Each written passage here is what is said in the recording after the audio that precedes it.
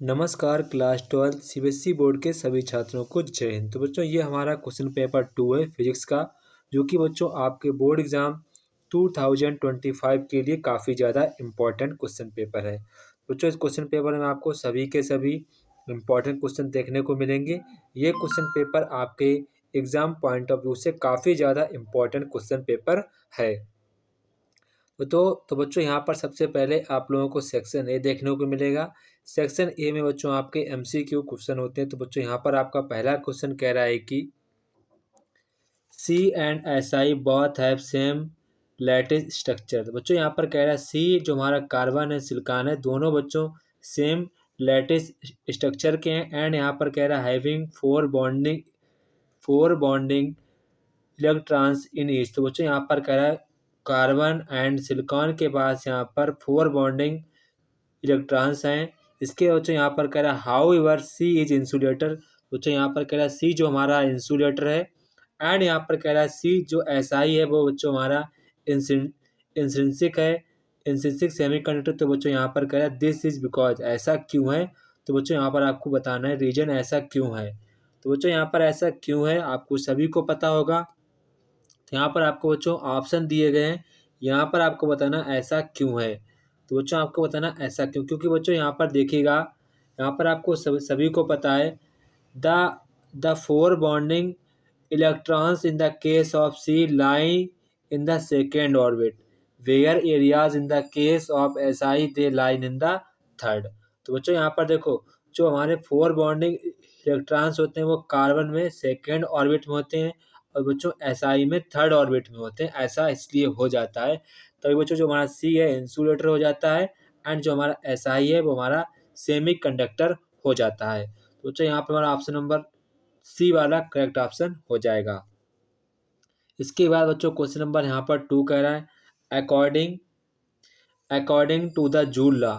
तो Joule law के according यहाँ पर बोल रहा है if potential difference cross a conductor material resistivity rho remains constant. तो बच्चों यहाँ पर क्वेश्चन कह रहा है कि जो आपके यहाँ पर कह रहा है कि रेजिस्टिविटी यहाँ पर आपको जो रो दिया गया है उसके जो आपको मैटर दिया गया है उसका यहाँ पर आपके बीच में विभवांतर जो हमारा पोटेंशियल है वो बच्चों कैसा रहता है, कांस्टेंट रहता है।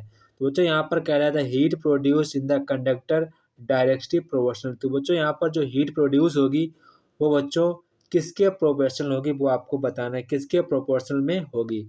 तो बच्चों हमारे रो इनवर्स के प्रोपोर्शनल होगी। तो बच्चों यहाँ पर हमारा ऑप्शन नंबर सी वाला करेक्ट ऑप्शन हो जाएगा। इसके बाद बच्चों क्वेश्चन नंबर 3 बच्चों यहाँ पर कह रहा है a astronomical telescope of 10 fold angular magnification has length of 44 centimetre. तो बच्चों यहाँ पर कह रहा है आपको 10, यहाँ पर देखो लिखा 10 फोल्ड एंगुलर, मतलब कि यहाँ पर बच्चों कह रहा है 10 गुना कोणीय आवर्धन, यानी कि 10 गुना आपको यहाँ पर एंगुलर मैग्निफिकेशन लेना है, जिसकी बच्चों यहाँ पर आपको एस्ट्रोनॉमिकल लेंथ आपको दी गई है 44 सेंटीमीटर।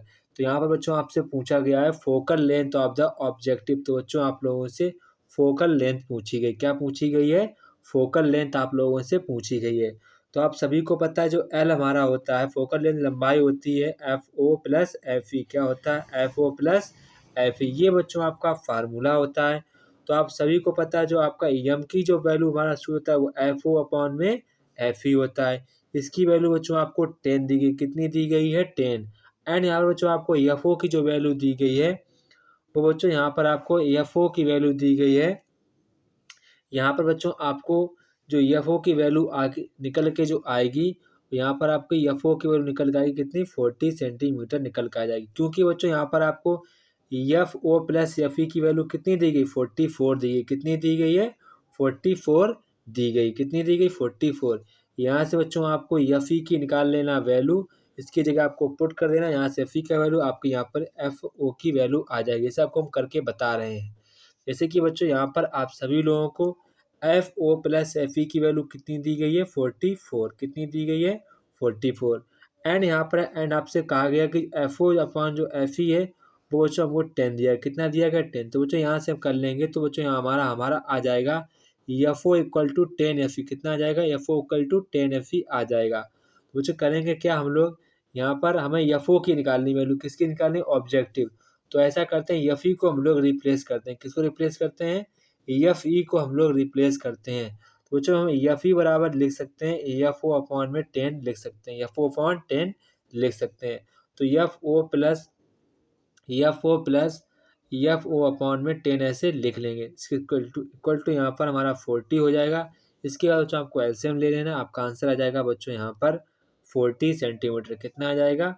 40 सेंटीमीटर आपका यहाँ पर आंसर आ जाएगा। इसके बाद बच्चों यहाँ पर आपसे कह रहा था द टाइम पीरियड, यहाँ पर आपसे बच्चों कह रहा है कि the time period of oscillation the time period of oscillation the time period of oscillation of magnetic needle. तो बच्चों यहाँ पर कह रहा है कि मैग्नेटिक नीडल का टाइम पीरियड ऑसिलेशन क्या होगा वो आपको यहाँ पर बताना है।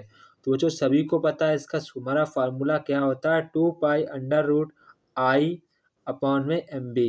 क्या होता है? M B.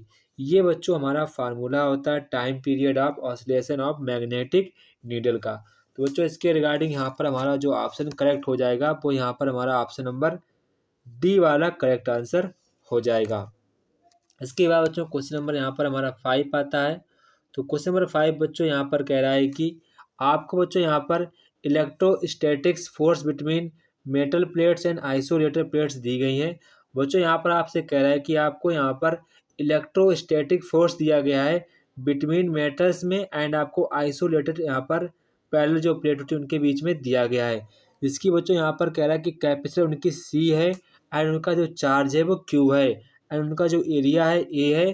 तो बच्चों आपसे पूछ रहा है एज, तो उनका हमको क्या क्या फाइंड आउट करना है। यहाँ पर बच्चों हम लोगों को यहाँ पर क्या फाइंड आउट करना है? इलेक्ट्रोस्टैटिक फोर्स ही फाइंड आउट करना है। क्या फाइंड आउट करना है? इलेक्ट्रोस्टैटिक यहाँ पर फाइंड आउट करना है किनके बीच में डिपेंड करता है। तो बच्चों यहाँ पर देखेंगे जो हमारा फार्मूला होता है, सबसे पहले बच्चों हम लोग फार्मूला पर यहाँ पर डिस्कस कर लेते हैं। तो बच्चों यहाँ पर जो हमारा फार्मूला बनता है वो Q बराबर E बनता है, Q बराबर E बनता है। ठीक है। तो बच्चों यहाँ पर सभी को पता है E का फार्मूला क्या होता है, रो अपॉन में 2 एप्सिलॉन नॉट। क्या होता है? Rho upon 2 epsilon not. ठीक है।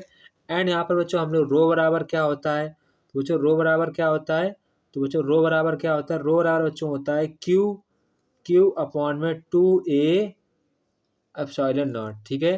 तो बच्चों ये हमारा क्या बन जाएगा, ये बच्चों यहाँ पर हमारा बन जाएगा क्यू स्क्वायर। क्या बन जाएगा? Q square. तो बच्चों हमारा फार्मूला क्या बन गया, Q square upon A 2A epsilon not. तो यहाँ से आपको क्या सीखने को मिल रहा है, जो एफ है बच्चों independent the distance between the parallel plate. बच्चों यहाँ पर देखो पैरेलल प्लेट्स की बेट डिस्टेंस पे ये हमारा डिपेंड नहीं कर रहा है। ठीक है। तो यहाँ पर आप देखें कौन सा ऑप्शन सही है। अभी जो मैंने फार्मूला निकाला है तो यहाँ पर बच्चों कह रहा है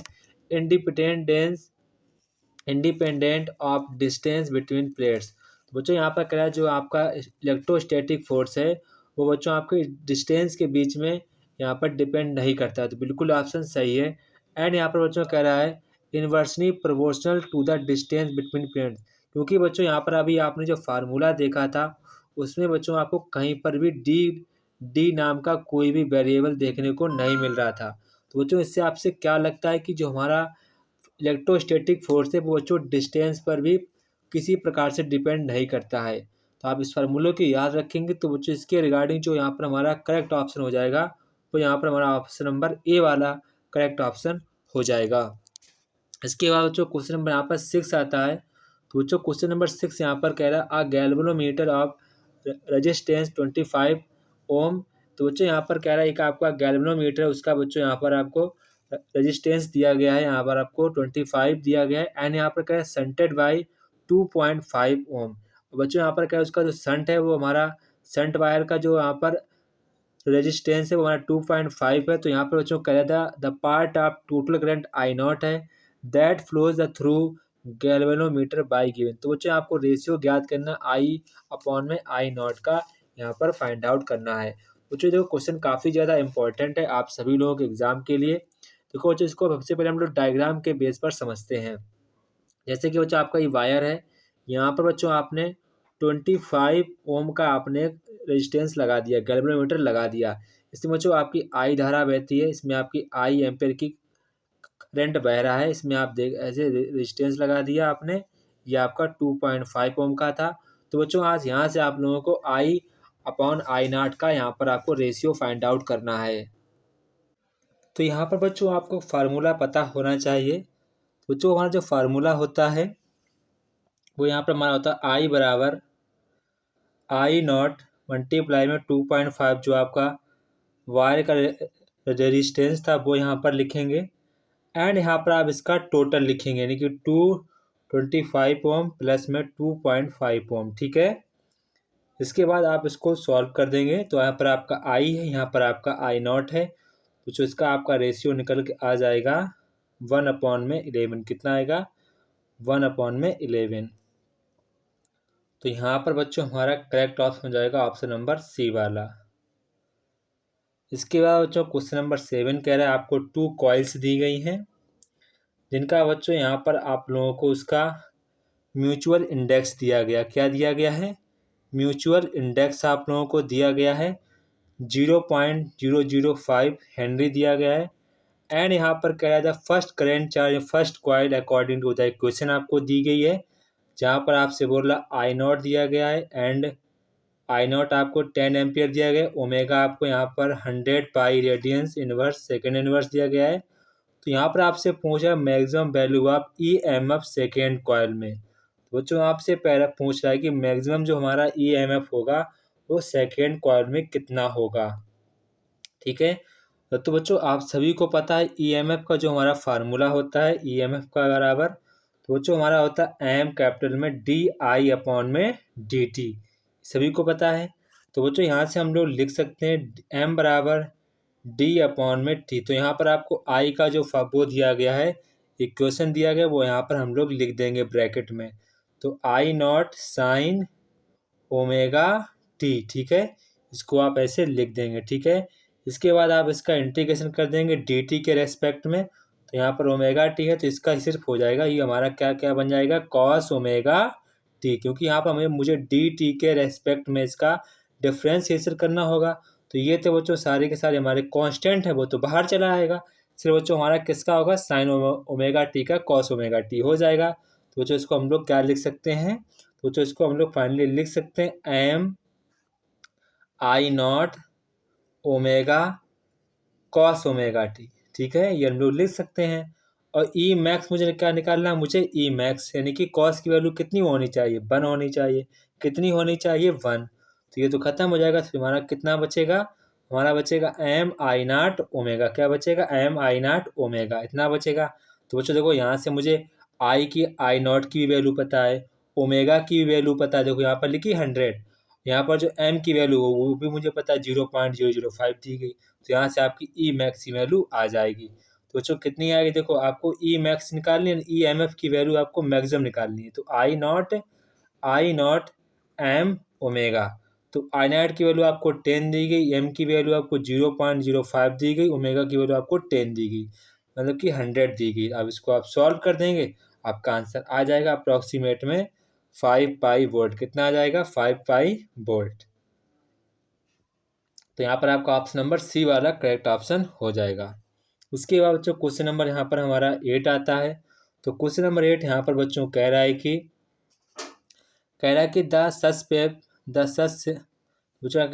कि the susceptibility of the paramagnetic material की इतनी दी गई है। तो यहाँ पर कह रहा है at what temperature with susceptibility by x/2। तुम्हारी कितनी बच्चों, इसका फार्मूला होता है x2/x1 बराबर T2/T1। ये हमारा फार्मूला होता है। यहाँ पर आपको दिया गया वैल्यू आपको निकाल देना। तुम्हारा आंसर कितना बच्चों आ जाएगा, 327 डिग्री सेल्सियस आपका आंसर आ जाएगा। तो इसके रिगार्डिंग बच्चों यहाँ पर हमारा ऑप्शन नंबर बी वाला करेक्ट ऑप्शन हो जाएगा। इसके बाद क्वेश्चन नंबर 9 बच्चों यहाँ पर आ रहा है। तो क्वेश्चन नंबर 9 बच्चों यहाँ पर कह रहा है कि क्वेश्चन नंबर 9, तो क्वेश्चन नंबर बच्चों 9 कह रहा है कि consider sunlight incident on a slide with आपको 10 की पावर ए एंगस्ट्रॉन दी गई है। तो बच्चों यहाँ पर कह रहा है image seen through slit cell. तो बच्चों इमेज जो सीन की जाएगी वो स्लिट इसकी कितनी चौड़ी होगी वो आपको यहाँ पर बताना है। तो बच्चों कितनी बच्चों होगी, तो बच्चों यहाँ पर हमारी जो होगी be a fine sharp slit white in colour at the centre. तो बच्चों यहाँ पर हमारा ऑप्शन नंबर डी वाला करेक्ट आंसर हो जाएगा। इसके बाद क्वेश्चन नंबर 10 आता है। तो क्वेश्चन नंबर 10 बच्चों यहाँ पर कह रहा है कि पॉइंट चार्ज है कोई, यहाँ पर आपसे बोल रहा है प्लस का 4 कूलाम है, माइनस का क्यू है, प्लस का 4 Q R kept on the by axis पर रखे गए हैं। तो यहाँ पर बोला एक्स बराबर 0, एक्स बराबर ए, एक्स बराबर 2a रेस्पेक्टिवली। तो आपसे पूछ रहा है कि जो हमारे चार्ज होंगे इक्विलिब्रियम में होंगे या अनस्टेबल होंगे, वो आपको यहाँ पर बताना है। तो जो हमारे जो चार्ज होंगे वो कैसे होंगे, सभी के से बच्चों अनस्टेबल इक्विलिब्रियम में होंगे। तो ऑप्शन नंबर ए वाला हमारा बच्चों करेक्ट ऑप्शन हो जाएगा। इसके बाद बच्चों क्वेश्चन नंबर 11 आता है। तो क्वेश्चन नंबर 11 आपका यहाँ पर जो डायग्राम बेस्ड क्वेश्चन आपको उसको सॉल्व करना है। तो यहाँ पर बच्चों आपको यहाँ पर क्या फाइंड आउट करना है, यहाँ पर आपको बच्चों फाइंड आउट करना R1। क्या फाइंड आउट करना है, R1 की वैल्यू कितनी होगी। यहाँ पर आपको पूछ रहा है R1 में कितनी यहाँ पर, हाँ R1 में कितनी यहाँ पर एम्पियर धारा प्रवाहित होगी। आपसे यहाँ पर एम्पियर पूछ रहा है कि R1 जो आपका रेजिस्टेंस है उसमें कितनी करंट हमारा यहाँ पर फ्लो होगा, वो आपको यहाँ पर फाइंड आउट करना है। तो बच्चों यहाँ पर आप सभी को पता है जो हमारा I0 का जो फार्मूला होता है वो हमारा क्या होता है, I बराबर E बराबर अपॉन में R1 प्लस RT। ये आपको फार्मूला लगा देना, आपका आंसर आ जाएगा। तो E की वैल्यू यहाँ पर कितनी दी गई है, 10 वोल्ट दी गई। कितनी वोल्ट, 10 वोल्ट दी गई। R1 प्लस R3 आपको जोड़ देना। तो R1 हमारा ये रहा एंड आपका R3 ये रहा, इसको आपको जोड़ देना है कि 2 + 2 कर देना। आपका आंसर आ जाएगा बच्चों 2.5 एम्पेयर आपका आंसर आ जाएगा। तो आपका ऑप्शन नंबर ए वाला ही करेक्ट होगा। कौन सा, ऑप्शन नंबर ए वाला, ठीक है। इसके बाद क्वेश्चन नंबर 12 बच्चों आता है। तो बच्चों क्वेश्चन नंबर 12 यहाँ पर कह रहा है कि which of the following principle used in optical fibre. बच्चों यहाँ पर कह रहा है कि ऑप्टिकल फाइबर को हम यूज करते हैं उसमें कौन सा प्रिंसिपल यूज किया जाता है वो आपको बताना है। बच्चों उसमें जो हमारा प्रिंसिपल यूज होता है वो टोटल इंटरनल रिफ्लेक्शन का प्रिंसिपल यूज होता है, ठीक है। इसके बाद बच्चों क्वेश्चन नंबर 13 दिया गया। क्वेश्चन नंबर 13 आपको खुद से रीड करना है। क्वेश्चन नंबर 13 और 14 आपको बच्चों खुद से रीड करने हैं। यहाँ पर मैं इसका आंसर बता दे रहा हूँ। यहाँ पर जो हमारा 13 का आंसर बच्चों यहाँ पर ऑप्शन नंबर यहाँ पर ए वाला करेक्ट होगा। एंड यहाँ पर आपको बच्चों क्वेश्चन 14 भी खुद से रीड करना है। इसमें बच्चों आपका ऑप्शन नंबर सी वाला करेक्ट ऑप्शन होगा। अगर बच्चों आपको कोई डाउट हो तो बच्चों आप मुझे यहाँ पर कमेंट बॉक्स में कमेंट करके पूछ सकते हैं, ठीक है। इसके बाद जो क्वेश्चन नंबर 15 है। तो क्वेश्चन 15 यहाँ पर बच्चों कह रहा है कि in a Young double slit experiment fringe become indistinct if one of the slits is covered with the cellophane paper। इसके बाद रीजन कह रहा है cellophane paper decreases the wavelength of light। तो बच्चों यहाँ पर आप क्वेश्चन देख रहे हैं, यहाँ पर जब आपका स्टेटमेंट है बिल्कुल ट्रू कह रहा है कि अगर आप यंग डबल मतलब कि एक्सपेरिमेंट करेंगे तो यहाँ पर जो फ्रिंजेस होती हैं बिल्कुल दूर दूर होती हैं और पतली पतली सी होती हैं यहाँ पर सेलोफेन पेपर के थ्रू अगर कवर्ड करेंगे तो। एंड आपको जो रीजन कह रहा है कि सेलोफोन जो पेपर होता है बच्चों वो लाइट की वेवलेंथ को डिक्रीज करता है, ऐसा तो नहीं है, ठीक है, क्योंकि वो इंक्रीज नहीं करता, अनइफेक्टेड होता है। तो यहाँ पर आप देखेंगे आपका बच्चों यहाँ पर जो स्टेटमेंट ट्रू है बट यहाँ पर आपका जो आर है आपको जो रीजन है वो फॉल्स है। तो यहाँ पर हमारा ऑप्शन नंबर सी वाला करेक्ट ऑप्शन हो जाएगा। इसके बाद बच्चों आपको क्वेश्चन नंबर 16 खुद से रीड कर लेना, इतना कोई टफेस्ट क्वेश्चन नहीं है। इसका जो हमारा आंसर होगा ऑप्शन नंबर ए वाला, ऑप्शन नंबर डी वाला हमारा करेक्ट ऑप्शन हो जाएगा, ठीक है बच्चों। इसके बाद बच्चों यहाँ पर आपको क्वेश्चन नंबर 17 बच्चों आपको इसको रीअरेंजमेंट करना है। इसको आपको यहाँ पर इंक्रीजिंग वेवलेंथ में रीअरेंजमेंट करना। सबसे ज़्यादा वेवलेंथ किसकी होती है, फिर किसकी होती है। तो बच्चों सबसे ज़्यादा वेवलेंथ हमारी गामा रेज की होती है, यानी कि सबसे पहले हम लोग ए लिखेंगे, इसके बाद हम लोग सी लिखेंगे यानी कि एक्स रेज लिखेंगे। इसके बाद बच्चों हम लोग यहाँ पर माइक्रोवेव्स यानी बी लिखेंगे। सबसे लास्ट बच्चों हमारी रेडियो वेव्स आती हैं। सबसे ज़्यादा बच्चों वेवलेंथ किसकी होती है, रेडियो वेव्स की, आप ध्यान रखेंगे, ठीक है। इसके बाद बच्चों यहाँ पर आपसे क्वेश्चन कह रहा है how are infrared waves were produce. बच्चों यहाँ पर कह रहा है इंफ्रारेड कैसे प्रोड्यूस होती है वो आपको लिखना है। What role does infrared radiation in play. तो बच्चों यहाँ पर कह रहा है इंफ्रारेड का हमारे जीवन में क्या उसका रोल है वो आपको यहाँ पर लिखना। मेंटेनिंग द अर्थ वॉर्म में क्या इसका मेंटेनिंग है और फिजिकल थेरेपी में इसका क्या रोल है वो यहाँ पर आपको बच्चों लिखना है। इसके बाद बच्चों क्वेश्चन नंबर 18 कह रहा है द कोरे, यहाँ पर कह रहा है the coercivity of the certain permanent magnet की बच्चों आपको इतनी दी गई है। तो बच्चों यहाँ पर कह रहा है this magnet place inside solenoid 15 centimetre having long. तो बच्चों यहाँ पर जो आप क्वेश्चन कह रहे हैं आप पढ़ेंगे तो क्वेश्चन देखो बच्चों, इतना कोई क्वेश्चन टफेस्ट क्वेश्चन नहीं है, सिर्फ आपको यहाँ पर इस क्वेश्चन को समझना है, ठीक है। तो यहाँ पर आप देखेंगे, यहाँ पर आपको जो मैग्नेट प्लेस्ड किया गया बच्चों 15 सेंटीमीटर के थोड़ी सी बच्चों दूरी पर यहाँ पर इसको रखा गया है, ठीक है। एंड यहाँ पर बच्चों आपसे कह रहा है उसके जो टर्न लिए गए हैं वो 600 टर्न्स लिए गए हैं। एंड यहाँ पर आपसे बोल रहा है current is pass in the solenoid to die, कह रहा है डिमांटेटाइज इट्स कम्प्लीटली। तो यहाँ पर बच्चों कह रहा है फाइंड करें, तो आपको यहाँ पर करंट को फाइंड आउट करना है। क्या फाइंड आउट करना है? करंट को फाइंड आउट करना है। एक चुंबक बच्चों जैसे कोई हमारा मैग्नेट है वो 15 सेंटीमीटर थोड़ा सा लंबा है। इसके बाद बच्चों इस पर यहाँ पर 600 टर्न्स में लपेटे गए हैं, ठीक है। और इसका जो रेसिस्टिविटी वो आपको इतनी दी गई है। तो यहाँ पर आपसे पूछ रहा है कि बच्चों इसमें जो हमारा एम्पियर गुजरेगा वो कितना हमारा आएगा, वो यहाँ पर आपको फाइंड आउट करना है। तो बच्चों इसका जो हमारा आएगा वो हमारा 10 एम्पियर करंट हमारा इसमें फ्लो होगा। इसको आपको यहाँ पर ऐसे करना होगा, ठीक है। इसके बाद बच्चों क्वेश्चन नंबर 19 पूछ रहा है। क्वेश्चन नंबर 19 बच्चों यहाँ पर कह रहा है explain the formation of the barrier potential in PN junction में। तो बच्चों यहाँ पर आपका जो पीएन जंक्शन डायोड होता है उसमें आपको बच्चों बैरियर पोटेंशियल को फॉर्मेशन को आपको यहाँ पर एक्सप्लेन करना है। इसके बाद बच्चों यहाँ पर क्वेश्चन नंबर 20 कह रहा है कि write the shortcomings of Rutherford atomic model. बच्चों यहाँ पर कह रहा है कि जो हमारे रदरफोर्ड थे उनमें जो उन्होंने एटॉमिक मॉडल दिया था उसमें आपको क्या क्या कमियां आपको मिली, क्या क्या आपको शॉर्ट कमिंग मिली, वो आपको राइट डाउन करनी है। एंड यहाँ पर आपको उसको एक्सप्लेन भी करना है according to postulates of Bohr's atomic model के, ठीक है। इसके बाद बच्चों आपको क्वेश्चन नंबर 20 आपको डायग्राम दिया गया। थोड़ा सा क्वेश्चन टफेस्ट नहीं है, थोड़ा सा हल्का सा कठिन है, आपको इसको यहाँ पर खुद से लगाना है। इसके बाद और वाला भी आप खुद से पढ़िए, इतना कोई कटेस्ट क्वेश्चन नहीं है। इसके बाद बच्चों सेक्शन सी कह रहा है। सेक्शन बी बच्चों यहाँ पर कह रहा है use Ampere law to derive formula magnetic field due to an infinitely long straight wire carrying. बच्चों यहाँ पर आपको एम्पियर लॉ का फार्मूला को ड्राइव करना है, ठीक है। इसके बाद आप क्वेश्चन खुद से रीड करेंगे। इसके बाद क्वेश्चन नंबर हमारा सेक्शन सी आता है।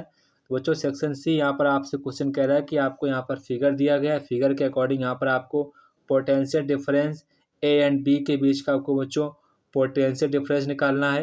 एंड यहाँ पर आपको पोटेंशियल डिफरेंस ए एंड सी के बीच में निकालना है। इसके बाद बच्चों आपका क्वेश्चन नंबर 23 कह रहा है आपको फिगर देखना है। तो फिगर के बेस पे आप जो क्वेश्चन पूछा गया है वो आपको यहाँ पर करना है। इसके बाद क्वेश्चन नंबर 24 आप बच्चों खुद से रीड करिएगा, थोड़ा सा लेंथी क्वेश्चन है, आपको इस क्वेश्चन को खुद से रीड करना है। क्वेश्चन नंबर 25, क्वेश्चन नंबर 26 बच्चों आपको खुद से रीड करने हैं, ठीक है। ये थोड़े से क्वेश्चन यहाँ पर लेंथी हैं, यहाँ पर आप खुद से रीड कर लीजिएगा, ठीक है बच्चों। अब यहाँ पर बच्चों हम लोग सेक्शन बी और सी के प्रॉपरली सभी क्वेश्चन के आंसर देख लेते हैं। तो यहाँ पर बच्चों आप सेक्शन बी में किसी भी क्वेश्चन का अगर आंसर नहीं आ रहा है तो यहाँ से आप आंसर देख सकते हैं। जो भी बच्चों आपको क्वेश्चन का आंसर नहीं आ रहा है वो यहाँ से आप प्रॉपरली मैच कर लेना है। जो भी आपको क्वेश्चन में दिक्कत हो वो यहाँ से आप बच्चों इसका स्क्रीनशॉट ले लेना, आपको इसी प्रकार इसको तैयार कर लेना है। ये बच्चों सभी के सभी आपके क्वेश्चन आपके एग्जाम के पॉइंट ऑफ व्यू से काफ़ी ज़्यादा इंपॉर्टेंट है। इन सभी क्वेश्चन को आप लोग अच्छे प्रकार से रेडी करिएगा। ये क्वेश्चन आपके एग्जाम के पॉइंट ऑफ व्यू से काफ़ी ज़्यादा इम्पॉर्टेंट क्वेश्चन है, ठीक है। आप सभी क्वेश्चन को यहाँ पर देखिएगा। सभी क्वेश्चन को बच्चों मैंने बाकायदा सॉल्व कर दिया कि ताकि हमारे बच्चों को किसी भी प्रकार की प्रॉब्लम ना हो, ठीक है। सभी लोग प्रॉपरली क्वेश्चन को देखेंगे। जो भी आपको यहाँ पर प्रॉब्लम हो, जो भी आपको जो समझ में ना आ रहा हो तो आप मुझे कमेंट बॉक्स में कमेंट करके बता सकते हैं, ठीक है बच्चों। यहाँ पर देखो मैंने बच्चों प्रॉपरली डायग्राम भी बना दिया है ताकि सभी बच्चों को कोई भी प्रकार की दिक्कत ना हो। तो यहाँ पर बच्चों आप क्वेश्चन नंबर 28 क्वेश्चन नंबर ये भी देख लीजिए, अभी जो मैंने बताया था इसको भी देख लीजिए। इसके बाद हम लोग सेक्शन डी देख। तो यहाँ पर बच्चों सेक्शन डी में आपको पैराग्राफ दिए जाते हैं, तो पैराग्राफ को बच्चों रीड करना है, देन आपको क्वेश्चन के आंसर देने हैं, ठीक है। आपको यहाँ पर सेक्शन डी में पैराग्राफ को रीड करना है, देन यहाँ पर आपको क्वेश्चन के आंसर देने हैं, ठीक है। तो सभी लोग बच्चों अगर पैराग्राफ को रीड करेंगे ईमानदारी के साथ, रीड करिएगा, क्योंकि ये क्वेश्चन आपके लिए काफ़ी ज़्यादा इंपॉर्टेंट, ठीक है। यहाँ पर बच्चों आपके आंसर इसके हम बता देंगे। तो यहाँ पर बच्चों कह रहा है कि लेज़र का फुल फॉर्म क्या होगा। बच्चों लेज़र का फुल फॉर्म क्या होगा, बच्चों हमारा लेज़र का फार्मूला होगा light amplification by stimulated emission of radiation. तो बच्चों इसका हमारा आंसर होगा ऑप्शन नंबर डी वाला, यहाँ पर हमारा करेक्ट ऑप्शन हो जाएगा। इसके बाद क्वेश्चन नंबर बी बच्चों यहाँ पर कह रहा है the stimulated emission is the process of. तो इसका बच्चों यहाँ पर कह रहा है कि स्टिमुलेटेड इमिशन का प्रोसेस क्या होता है, वो आपको बताना है। तो क्या होता है, release of 2 photons by absorbing 1 photon when electron comes back from higher to lower energy level. तो यहाँ पर आपका ऑप्शन नंबर बी वाला करेक्ट ऑप्शन हो जाएगा, ठीक है। इसके बाद बच्चों यहाँ पर कह रहा है what is the range of amplitude of laser. बच्चों यहाँ पर कह रहा है इसका आपको रेंज बताना है लेजर का, ठीक है। तो क्या हो जाएगा, तो उसकी जो बच्चों हमारी रेंज हो जाएगी वो बच्चों यहाँ पर हमारी हो जाएगी बहुत, ऑप्शन नंबर सी वाला हो जाएगा। क्या हो जाएगा, ऑप्शन नंबर सी वाला यहाँ पर हमारा करेक्ट ऑप्शन हो जाएगा। इसके बाद और कह रहा है लेजर को हम लोग कहाँ पर यूज करते हैं, वो आपको बताना है। बच्चों कहाँ पर यूज करते हैं, ऑप्टिकल डिस्क ड्राइव में। कहाँ पर करते हैं, ऑप्टिकल डिस्क ड्राइव में। इसके बच्चों यहाँ पर कह रहा है लिथोट्रिप्सी क्या है। तो बच्चों ये हमारा क्या है, एक मेडिकल एप्लीकेशन है। क्या है, एक मेडिकल हमारा एप्लीकेशन है। तो ऑप्शन नंबर सी वाला हमारा करेक्ट ऑप्शन होगा लिथोट्रिप्सी, ठीक है। इसके बाद क्वेश्चन नंबर 30, यहाँ पर आपसे पैराग्राफ पढ़ना देना, आपको क्वेश्चन के आंसर यहाँ पर देने हैं, ठीक है। तो बच्चों यहाँ पर क्वेश्चन कह रहा है कि if a drop of mass आपको इतना दिया गया रिमेन्स स्टेनरी एब इलेक्ट्रिक फील्ड 1.6 10 न्यूटन प्रति coulomb then charge is this drop. तो बच्चों आपको ड्रॉप पर चार्ज पूछता है कितना चार्ज होगा। तो बच्चों यहाँ पर हमारा चार्ज ऑप्शन नंबर ए वाला होगा, ठीक है। इसके बाद बच्चों यहाँ पर आप सभी क्वेश्चन के आंसर देख लीजिएगा। तो यहाँ पर ऑप्शन नंबर जो हमारे बी का जो करेक्ट ऑप्शन होगा वो बच्चों 4 होगा, एंड आपका जो सी का करेक्ट ऑप्शन होगा वो 10⁻12 होगा। आप क्वेश्चन को बच्चों खुद से रीड करिएगा, ये क्वेश्चन आपके एग्जाम के पॉइंट ऑफ व्यू से काफ़ी ज़्यादा इंपॉर्टेंट क्वेश्चन है, ठीक है।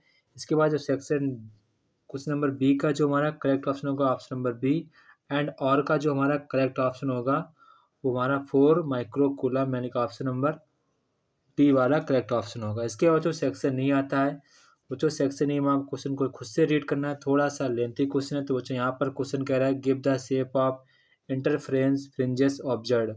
तो यहाँ पर बच्चों कह रहा है कि in a Young double slit experiment में, in the air bridge experiment में, in the air Lloyd's mirror experiment. तो आप सभी को बच्चों इसमें इंटरफ्रेंज जो हमारी फ्रिंजेस बनती हैं उसकी आपको उसी के रेस्पेक्ट में आपको उनकी शेप पर यहाँ पर एक्सप्लेन करना है।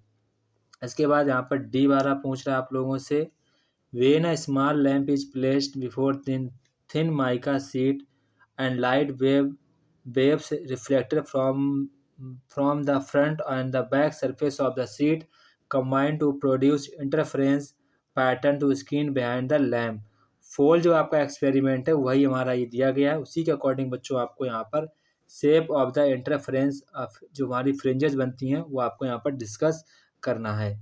इसके बाद बच्चों न्यूटन जो हमारा अरेंजमेंट है उस पर भी आपको शेप पर यहाँ पर उसको एक्सप्लेन करना है। इसके बाद क्वेश्चन नंबर 32 एंड 33 आपको बच्चों खुद से क्वेश्चन रीड करने हैं। ये सभी के सभी बच्चों इंपॉर्टेंट क्वेश्चन है, आपके एग्जाम में आए हुए हैं।